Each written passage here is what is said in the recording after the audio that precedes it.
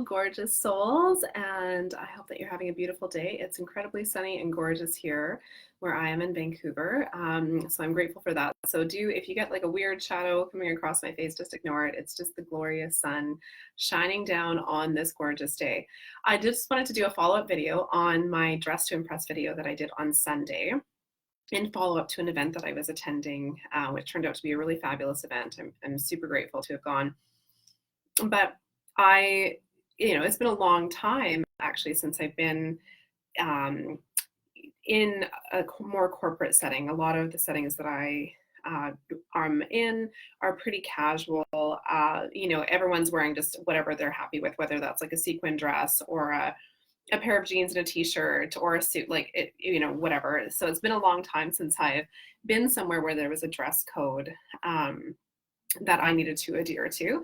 And it brought up a lot of interesting thoughts for me, or a lot of interesting downloads that I was receiving just about how many women I work with who predominantly are in, a corporate setting of some sort, whether it's, finance or law, doctor, where there is a level of professionalism according to a dress code that has to be adhered to, which I get. There is an importance in the clothing that we choose to place on our body. It's right next to our skin. It can increase our level of confidence really, really easily. And that might not be very popular to say, but that is the reality of the issue. If you're wearing something that you love and you're wearing something that you feel really, really good in, you will carry yourself differently than if you're wearing, some old crusty sweatpants. So I won't go too much into that. I will talk about that more in depth about like dressing how you want to be addressed in my private group. So there's a link in the body of the post here with my private group. So you can go in there. It's a beautiful community. It's safe.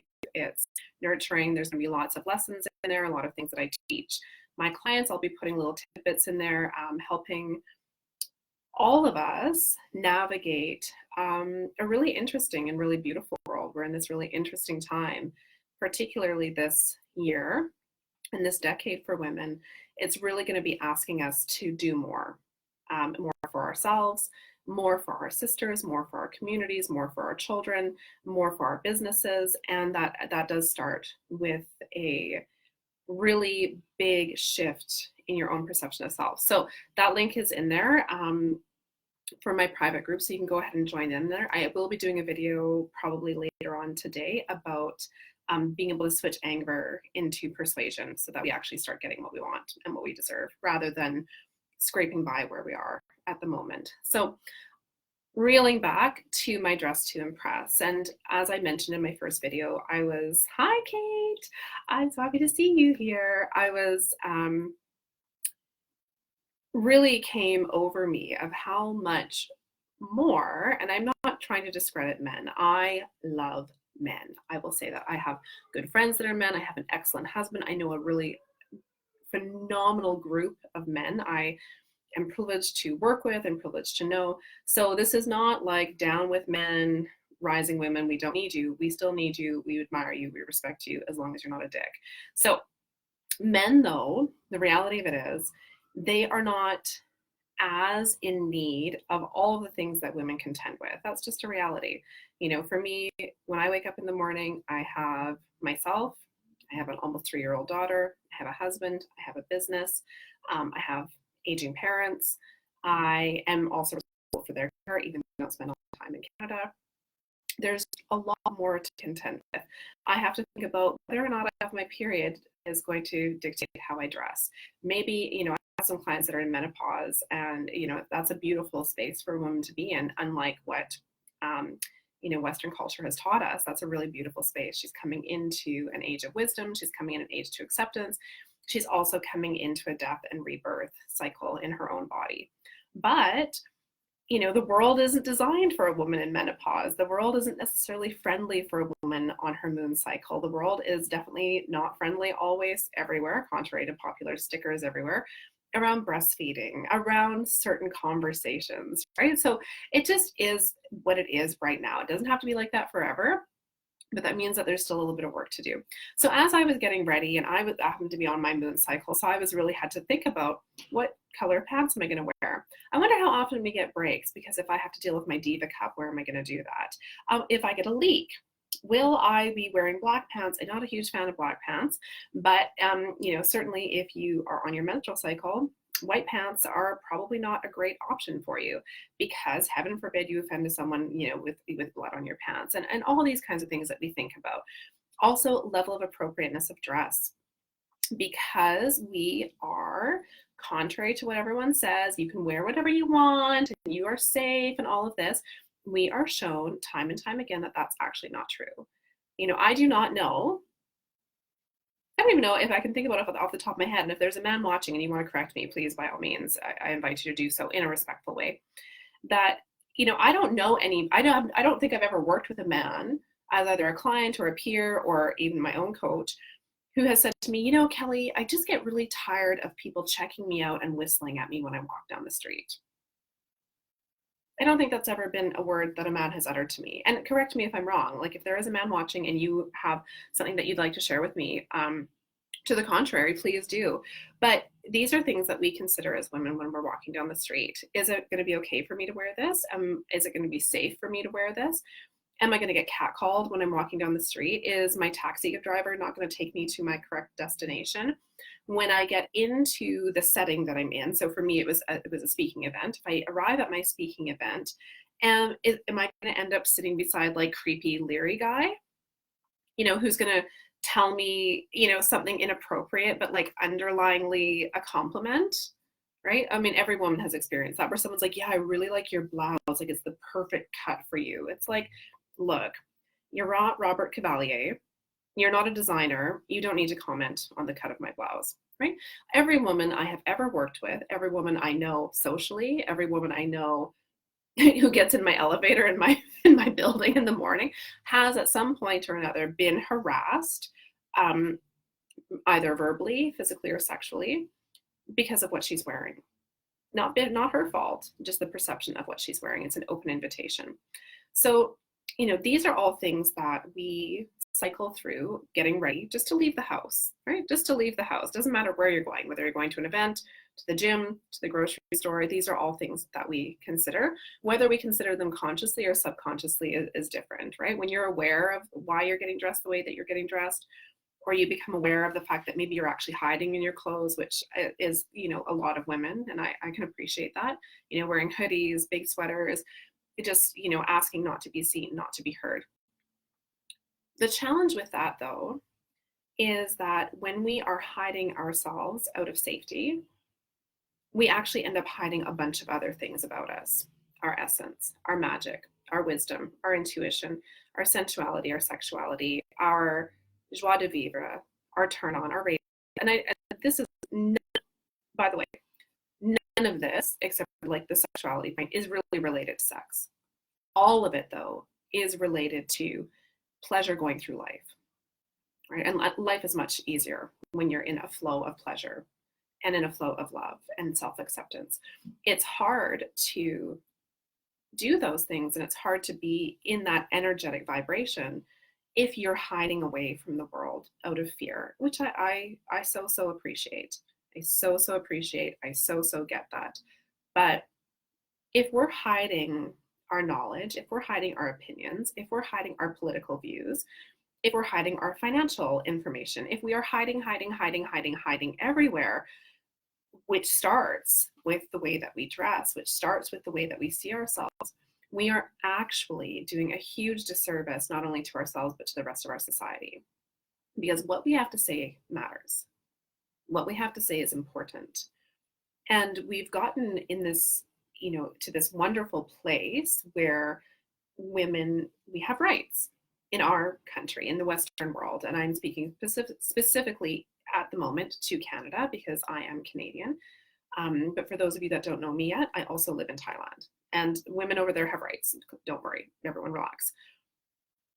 But there are women in the world that don't have rights, right? So we over here that have rights and freedoms, we need to start engaging our power, engaging our pleasure in order to hypercharge our power, so that we can start affecting some really good, sustainable changes in our own communities, because there's still a lot of work that needs to be done.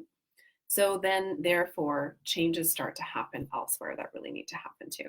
So I won't go too far into that because I will do a separate video on um, the energetic karmic relationship between all women on the planet in this time and in times before us. So if you're interested in that sort of knowledge, do join in my group because I will go into more teaching there.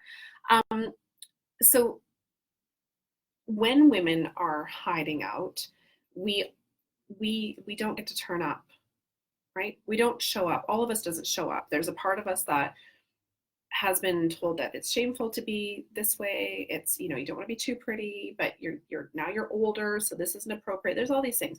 So then we end up not bringing all of ourselves and all of our power to the table. So when I was at the event, I was, very, very pleasantly surprised that it was actually more women than men at this event, which was lovely. And it gave me a great opportunity to observe the room, and not from a place of judgment at all. People can wear whatever they want. They can be, they can show up however they are ready to show up. But I did take note of how many women were wearing things that were clearly very uncomfortable to them. You can tell when a woman isn't comfortable in her clothing, either actually physically, because something is too tight or too small, or the heels are too high and the bra doesn't fit properly, whatever. Like, there's that physical thing. But also, they are dressing to impress somebody else. And I get it. That was me for a zillion, billion, quadrillion years. When you are knowing that you're going to be engaging with people, you put on what you think is expected of you, right? You wear what you think will be pleasing to somebody else. And a lot of us do this, I think, even when we're in our marriages or we're dating. I have a client, and she won't mind me sharing this with you because it's been a big amount of work for her, and she's given me permission to enlighten on this, that wears a dress every time her and her husband go on a date, and she hates it. She hates the dress, but her husband loves it. And so every time they would have this lovely, they live in a wonderful city, they live in a fabulous city with tons of fabulous restaurants, and every time they were going to go to these great places where the food is excellent, and I asked her, I said, do you like the food? Do you like the space? Making sure that it's not something that she can really control quite easily. And she was like, yeah, she's like, I just can't understand why every single time we have this date night and it's supposed to be wonderful and it's supposed to be beautiful, I end up picking a fight with my husband. So I asked her, I said, well, what do you wear on this date? Like, what are you wearing? Like, she had a date night coming up, which by the way, I think is really, really important if you're in a relationship, to dedicate time with one another as adults without your children and without things that, take you out of the moment of being like cute and flirty. And we'll go into that in the group, in some like flirt without a follow through techniques. But, so she had this date coming up, and I said, well, what are you going to wear? She's like, oh, and immediately her energy changed. Immediately I could just feel this like going down. And she said, oh, I'm wearing this dress that my husband really likes. And I said, well, how do you feel about the dress? She's like, I hate it. I said, well, why are you wearing it? Because my husband really likes it. And I said, do you think, though, that maybe if you wore something that you really loved and you felt beautiful, like, you might enjoy your time? And she's like, well, my husband bought me this dress. And I said, that's great. It's great that your husband bought you this dress. Actually, I'm sure if you told him that you didn't like the dress because it made you feel whatever, his words to you would be, well, then why are you wearing it? Which is exactly what happened.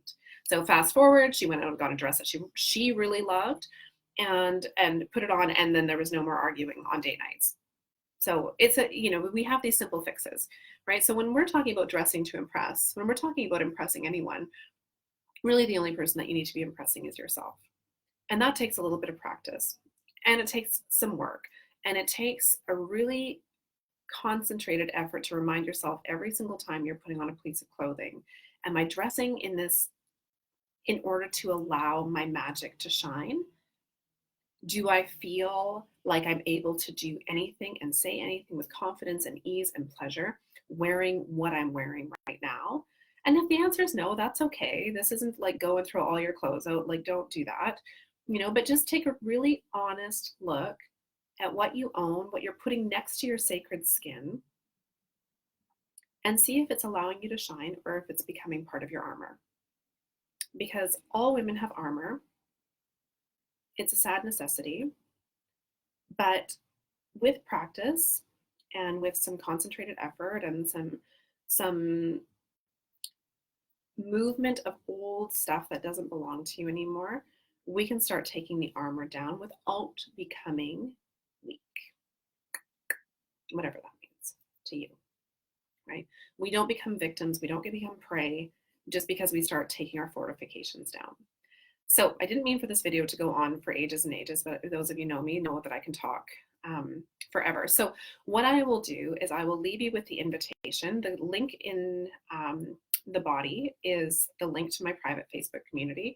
You are so welcome. I would love to see you in there because I do more teachings in there.